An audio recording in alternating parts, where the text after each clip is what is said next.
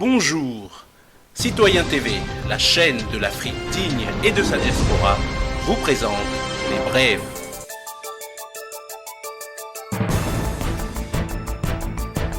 Au sommaire, Côte d'Ivoire, mobilisation, actualité en Syrie, actualité en Russie, actualité en Chine et pour finir, voyoucratie US.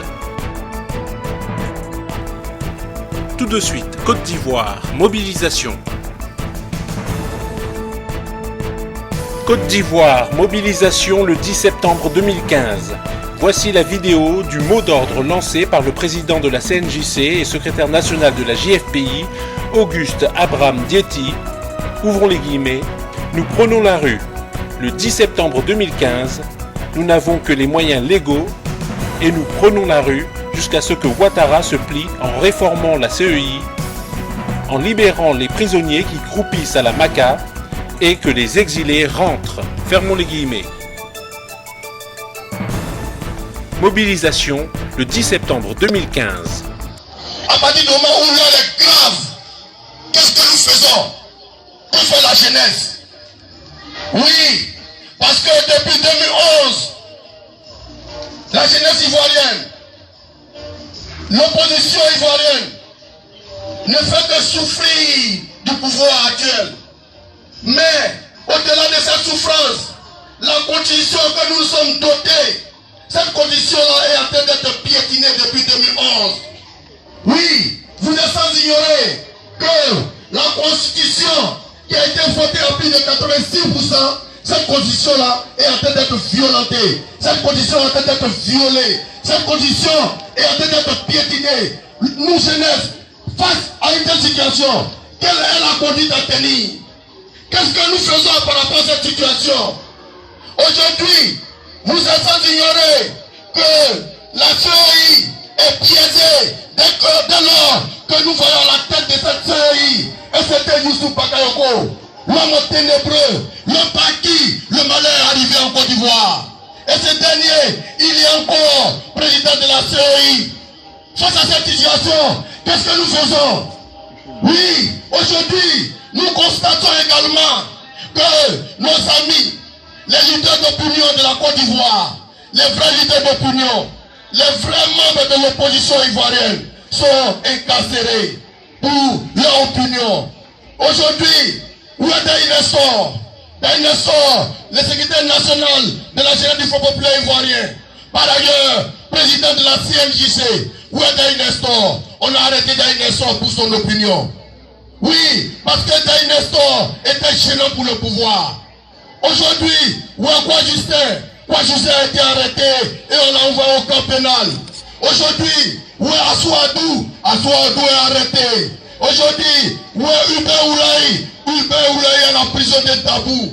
Aujourd'hui, où est Dalo Djedje? Dalo Djedje est en prison et actuellement il est attaché dans une infirmerie de Côte d'Ivoire. La jeunesse du Front populaire ivoirien a décidé de prendre la rue.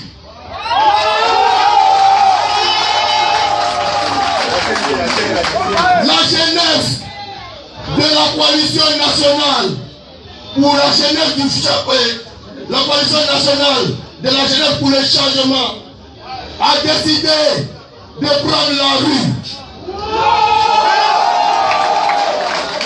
Dès lors que Ouattara aujourd'hui fait la sourde oreille, dès lors que Ouattara refuse d'admettre que la CNC est l'opposition significative et que pour cela, Ouattara est obligé de discuter avec la coalition nationale pour le changement et qu'il refuse de discuter. Nous, jeunesse de la coalition nationale pour le changement, nous décidons de prendre la rue pour conduire Ouattara à discuter avec la CNC. Et la rue sera prise le jeudi 10 septembre 2010. Le jeudi 10 septembre 2015. Nous reprenons la coalition nationale de la jeunesse pour le changement a décidé S'il vous plaît, cette jeunesse a décidé de prendre la rue pour se faire entendre.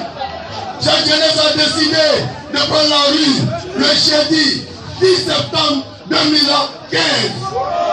Chers amis, Tout de suite, les titres de l'actualité en Syrie. L'armée et la résistance libanaise s'emparent du quartier de Jisr Azabadani. Lavrov affirme que le président Al-Assad est légitime et que l'armée arabe syrienne est la force la plus efficace dans la lutte antiterroriste.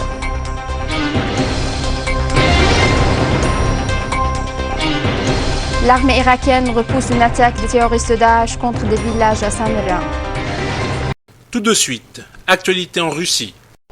Poutine assistait à l'ouverture d'une exposition d'armes à l'ouest de Moscou. Il a promis de continuer son grand programme de modernisation de l'armement malgré le ralentissement économique.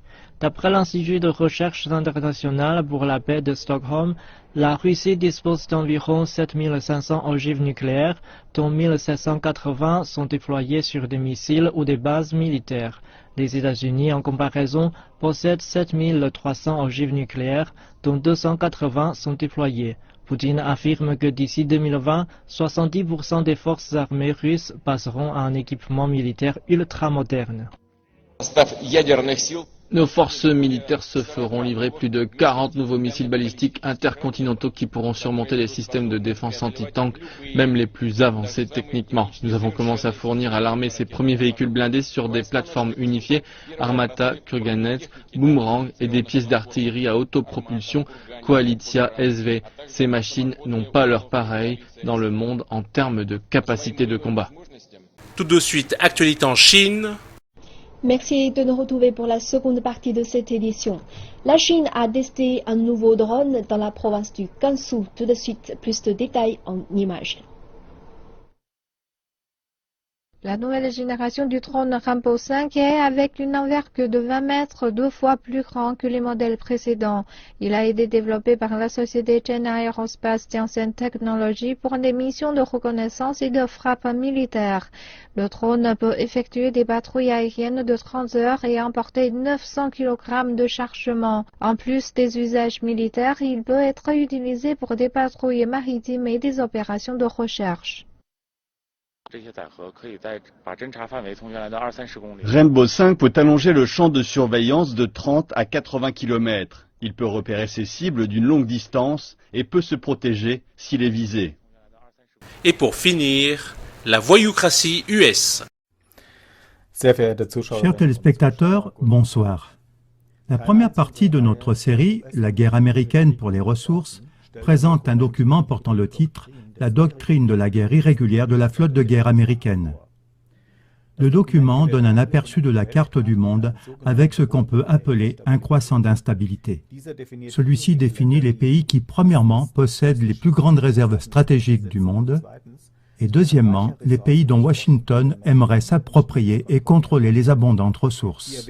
Mais la doctrine de la guerre irrégulière de la flotte de guerre américaine, mentionnée ci-dessus, n'est pas le seul document, loin de là, qui atteste la guerre américaine pour les ressources mondiales. Le dénommé « Projet pour le nouveau siècle américain », en abrégé PNAC, un laboratoire d'idées néoconservateurs américains, dénonce aussi les buts américains. L'un d'eux serait d'imposer son contrôle total sur cette terre, sur les énergies, surtout sur le pétrole. Car, comme le disait jadis le politologue américain et ancien politicien Henry Kissinger, celui qui contrôle le pétrole contrôle le pays. L'exemple de la Russie montre clairement que ce but du contrôle américain global sur les énergies ne concerne pas que le croissant d'instabilité mentionné ci-dessus. En Russie aussi se déroule une guerre acharnée au sujet des ressources, comme nous l'expliquerons dans ce qui suit. Après le déclin de l'Union soviétique en 1991, le temps était propice pour s'approcher des ressources russes. Il en était ainsi lorsque le premier président russe, Boris Eltsine, de 1991 à 1999, a entrepris la privatisation et la liquidation des entreprises étatiques, l'industrie de l'aluminium, l'exploitation du pétrole et du gaz jusqu'à l'extraction du charbon, etc. Ce sont les riches oligarques russes, ceux qui y coopèrent encore aujourd'hui avec les forces financières et économiques occidentales, qui ont accaparé à bas prix ces entreprises étatiques. Cela a permis aux entreprises occidentales sous M. Eltsine d'extraire du pétrole et du gaz russe et de les acheminer par des pipelines occidentaux en Europe. Lorsque Vladimir Poutine est devenu président en 2000, il a annulé cette privatisation de l'industrie de l'énergie, entreprise sous Eltsine, et il l'a de nouveau nationalisée. C'est aussi la principale raison pour laquelle Poutine est continuellement dénigré et pour laquelle on essaye par tous les moyens de provoquer un coup d'État. Cependant, la Russie ne se laisse pas si facilement abattre dans cette épreuve de force à propos des énergies russes. Après que l'État russe a rapatrié le groupe pétrolier Yukos, qui avait été racheté et privatisé par l'oligarque Mikhail Khodorkovsky, la Russie aurait dû payer une indemnisation aux anciens propriétaires. C'est ce qu'avait statué un jugement de la Cour de justice internationale de La Haye. Cependant, le tribunal constitutionnel russe a avisé mi-juillet 2015 que les indemnisations ne devaient pas être payées. Le droit russe serait situé au-dessus du droit international, a argumenté le tribunal. Il y a également une guerre violente en ce qui concerne le débouché du gaz naturel russe. Sur ce point, Washington n'a jamais fait de mystère sur son intention de reprendre le débouché européen à l'entreprise de gaz naturel russe Gazprom. Cela en mettant la pression politique sur ses acheteurs, par exemple l'Ukraine ou la Bulgarie. C'est ainsi que le projet de gaz South Stream a échoué, parce que la Bulgarie sous pression américaine s'est opposée à ce projet. South Stream devrait transporter du gaz russe en Europe sans passer par l'Ukraine. Suite à cela, le président russe Vladimir Poutine a annoncé une déviation gréco-macédonienne, le projet nommé Turkish Stream. Le pipeline doit être posé depuis la Russie sur le fond de la mer Noire, en passant par la Turquie et jusqu'en Grèce. De là, le gaz doit aller par un centre de distribution en Macédoine, en Serbie et en Hongrie. La Maison-Blanche essaye maintenant toutefois d'influencer ces pays qui coopèrent étroitement avec Gazprom pour empêcher le projet Turkish Stream. Début mai 2015, le ministre grec de la réforme structurelle a dit que le délégué à l'énergie du ministère des Affaires étrangères américain avait déclaré lors d'une rencontre que les Américains n'accepteront pas le projet Turkish Stream. Et on a aussi offert une alternative aux Grecs s'ils se désengagent du projet Turkish Stream. Dans ce cas, ils auraient de meilleures chances de surmonter leur crise et de trouver des investisseurs occidentaux.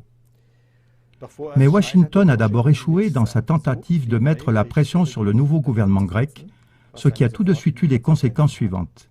Le président Barack Obama a retiré son ambassadeur à Athènes à cause de son travail peu efficace. Mesdames et messieurs, l'émission suivante montrera comment le gouvernement américain essaye par tous les moyens également en Europe d'acquérir le contrôle des énergies. La Russie doit être évincée du marché européen et ainsi être affaiblie économiquement. La lutte pour se saisir des ressources russes continue. Nous verrons bien jusqu'où le gouvernement américain ira cette fois-ci pour provoquer un changement de régime en Russie. Comme nous l'avons relaté dans plusieurs émissions, beaucoup de choses font craindre un conflit militaire avec la Russie. Dans la partie 3 qui viendra bientôt, la question sera de savoir dans quelle mesure la crise grecque est aussi en rapport avec une guerre pour les ressources. Je me réjouis de pouvoir de nouveau vous saluer sur Klagmore TV. Bonne soirée.